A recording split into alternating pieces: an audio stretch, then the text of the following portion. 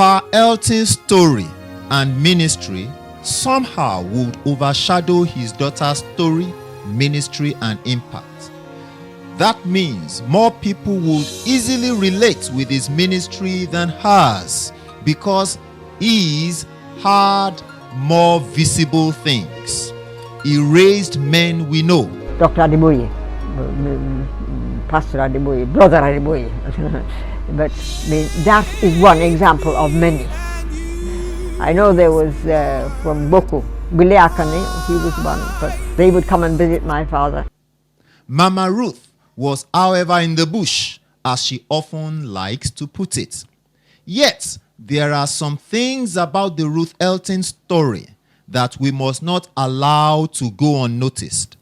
Her sacrifice, her devotion, her obedience to her parents, her staying in the bush to raise the flag of Jesus as a standard and a testimony in that generation and community. All that must not go unsung. It is like a lone lighthouse, standing still, but of great function and significance. A wise man once said, great works of heroism in the church are often done by people with no name.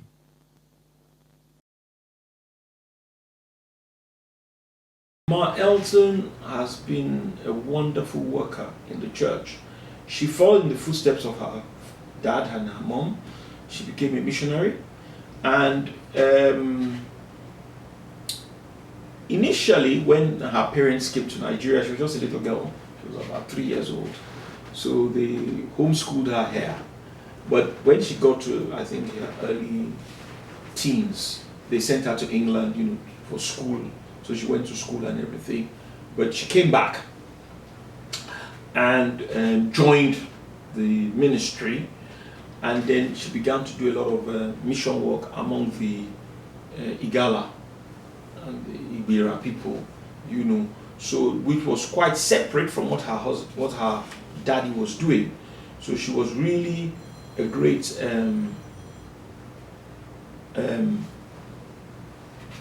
worker.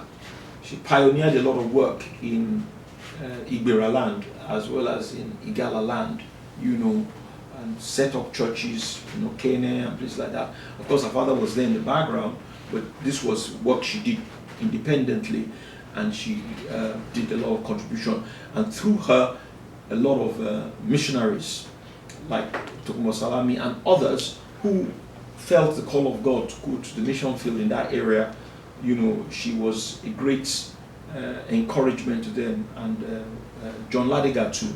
So I consider her greatest legacy the mission work that she spearheaded in Kogi State, particularly among the Igala and the Ibira people, and the inspiration, and I think this is most important, she is to us, the younger generation.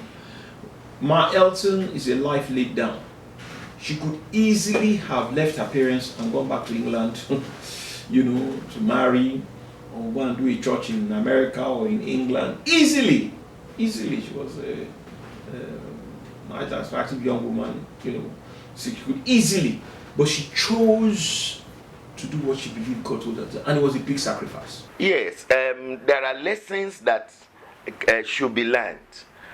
Very, very concrete lessons that could be learned from the life of the Elton family. Number one is the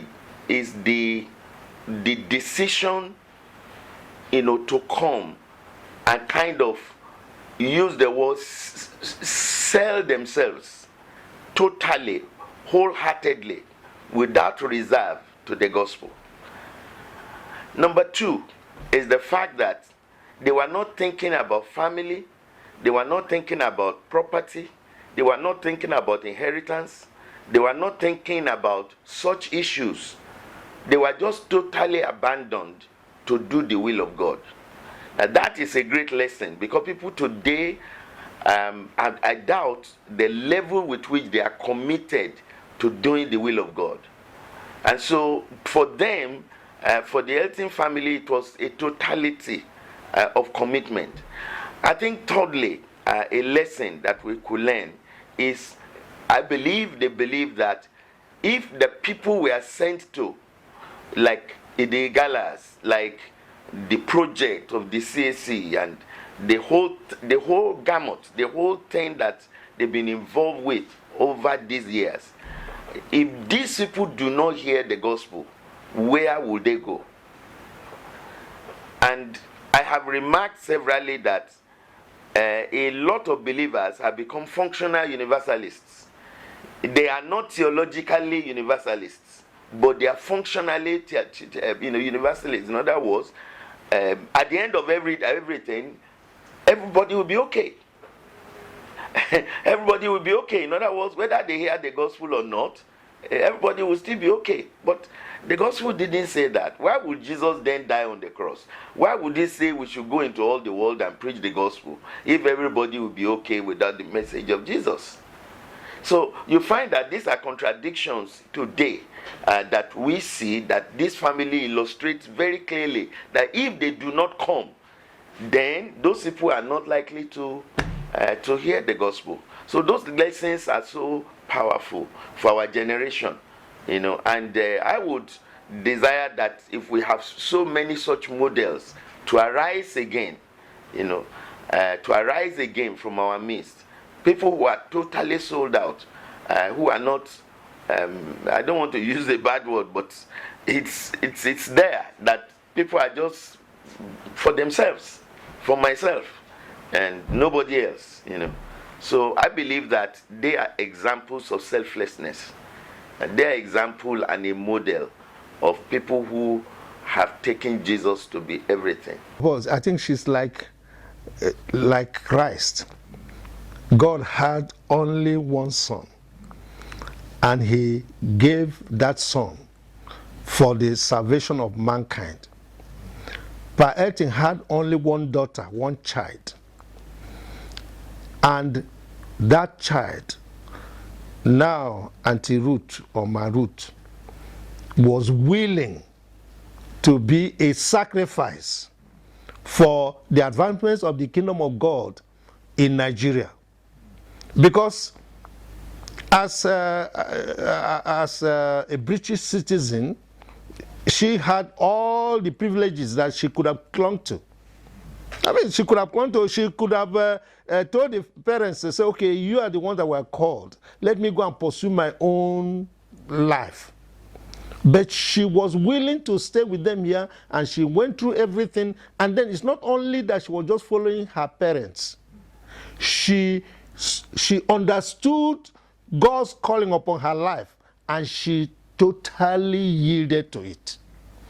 She had to forsake so many things so that God's purpose for her life and for our nation will be fulfilled. By the time I saw her, and I saw where this woman, how she loved to mingle with our local people, not staying away as a white woman. Some of us will even go, some children will go and be touching the body of this woman. So, in fact, I saw that this woman is a gospel lover. She loves sinners. She loves to win souls. She's interested in the life of people. And also, when I come to see some of her program, and even where she resides, at the first place when she entered this land, a thatched house, mud house. I will have the pictures with me here. How can a white man leave their city, UK, to come to this village? Not even in the town of the land, in the bush, interior place. So that this woman was living among the common people, our local people, that where cleanliness is not maintained. She decided to remain there just because of the gospel. So then I feel that who am I then? That if a woman can do this because of Christ. So her life provoked me, challenged me to make sure that whatever I can do to equal it, even so if I cannot leave my place to another place, even where I am, whatever I can do to serve, I learn from this woman very much. My spiritual mother, as I've told you, apart from my earthly mother, if they ask you, who is your spiritual mother, she is. Then, on her quality is, she is a child of Christ, the daughter of Christ. So this is a woman that came to Nigeria. By the time I saw her in 1964, she was, I mean, she could have been my mom anyway, because she was very, a young lady, English lady, fine, beautiful. She offered herself for Christ, and since then, he has been walking. He's not concerned about life, he's not concerned about the worldly things. He's married to Christ. That is a special woman, and that we are very lucky to have her in Nigeria, and also to specifically naturalize and claim our land, that she is an Ibra woman bearing the name Ometere. Ometere means a good child, a well-behaved person, in the meaning of Ometere in Ibra language. So is a role model for all of us, for women of good character, for any woman who wants to be like her, that you follow her, follow Christ. There's a lot of rewards, and I'm very, very sure, 100% sure, that her crown of glory will be waiting for her anytime the Lord decides to call her home. Beautiful. It represents the continuation of the legacy of the Elton family. Remember that Pa Elton died in 1987. His daughter, Ruth Elton, is still alive in 2021. That's 34 years later, which means unbroken. This family, the Elton family, has ministered in Nigeria for, I think, about 84 years now. If we add the 50, Pa Elton, 1937 to 1987, and Mama Ruth is still ministering 34 years later. So she represents the legacy of a missionary family. Somebody like her, there are quite a lot of things to learn from her. Number one, passion for souls and consolidated efforts for discipling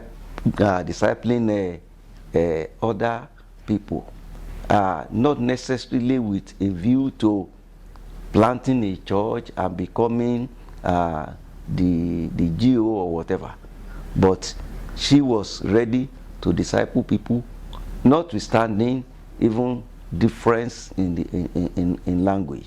Yet she saw the whole world as a place where to reach people for God. So our passion for souls, passion for discipling people, and passion to give all that it takes for the work of the ministry, no matter what it costs. She's a woman that believes that personal hygiene matters a lot. When she came to this place, she was concerned that in the whole of Okene, as large as it was in the 60s, you hardly see any house that has a toilet. People were defecating all around, in the bushes, around the houses, and everywhere. And Mama was concerned about that. And she always tell church members that Christians don't do that. She will teach the women how to take care of children, and also was always concerned about hygiene. And in her teachings, she will always mention that. In fact, at one particular time, she said, all over the whole of Okene, if most of these houses do not have toilet, where are the people defecating? And she was concerned about that. And she will always teach it.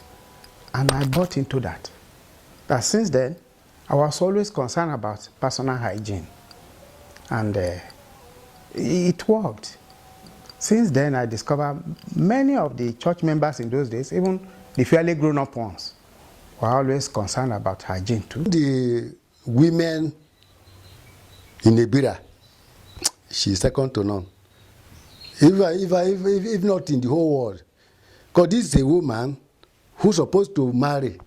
Because of Jesus Christ, she didn't marry. This is a woman who's supposed to stay with the father and mother and enjoy luxury because the father was very rich, Elton. Elton was the person controlling Osborne's foundation those days. Any money coming will come through Elton in the whole Nigeria. So if Africans have such a father, hardly can you leave your father and go to where you will suffer as an evangelist. So she's too much because there was a day I asked her that, Mommy, what are you eating now? She said she's eating yam. Can you eat our food? He said yes now. Nǹkan tí mo mọ̀ nípa tí màmá ni pé nǹkan tó gbà tó kọ́ àti bí wọ́n ṣe sọ pé Ọlọ́run bá wọn pàdé wọ́n fi things of the kingdom òun ló máa jẹ́ priority wọn, things of the kingdom. Báwa ṣe wà yẹn ti now màmá gbà láti ná thousands of naira sínú ìrere ju pé kan náà fara wọn lọ. If you want débi oúnjẹ wọ́n ní no, things of the kingdom, things of the kingdom. Tọ́ bá dẹ̀ ti rẹ́ni tó ready láti ṣe wọ́n á dẹ̀ tì lẹ́yìn ìwé kò ṣe. Number one, her sacrifices. Her sacrifices. I asked her one day, I said, you chose not to marry, or you didn't have a sweetheart. Then she said, somebody came from the UK, actually, made a proposal, I want to marry her. But she didn't want to leave her mission field where God sent her.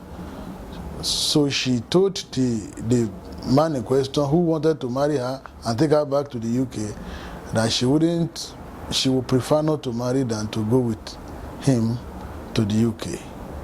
And she was telling me that while she was a young lady, actually some few men were coming around her father, but being a white lady, it wasn't conventional for such relationship. You could see that they were not so. And then she stayed in the field, and that's a big sacrifice for modern generation. Number two, she chose to start pioneer a project, a church work that eventually became a church work. Then she left it when it was obvious that work will expand and grow for another work elsewhere. That's another level of sacrifice. And number three, she denounced her British origin to take over Nigerian citizenship. In my mind, I feel could be likened to Mary Ilesha. Even though she didn't even die here, she still went back to her land, unlike Ruth Elton. Having done a lot of exploits, stopped the feeding of cow urine to babies at babies, and teaching them how to use breast milk and all of that. That's a very giant feat and make a lot of sacrifices that were involved in our work over the years. Also, I admire her courage as a woman to stay glued to the cause of Christ, even when it was obvious that women are not pronounced in mission work in our days. Number three, she is a typical representation of what her father stood for in terms of preaching the gospel without wavering, and then being focused to ministry work. So she's living, and she has lived a very enviable life. Yeah, what has endeared her to my heart is her love for the Lord, her commitment, her zeal, her determination, and her zest, her enthusiasm for the work of the ministry, and her desire to advance the kingdom of God within the limits of her ability. You know, she's used her strength, her giftings, her time, her money, her life, total commitment to the work of missions. And I've been very impressed since the early 70s when Papa Elton told me about her and the work she was doing in Koton Karfe, single-handedly with others, anyway, founding churches, and to realize that the Lord has used her to, through our own disciples, to find so many churches, hundreds, and to know that she's still maintaining that relationship with the brethren there. What I've seen in her is that is somebody that humble herself.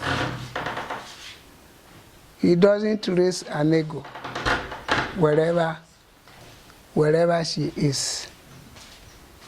She loves young ones, and he cares for their welfare, especially health-wise. So that's what I can say about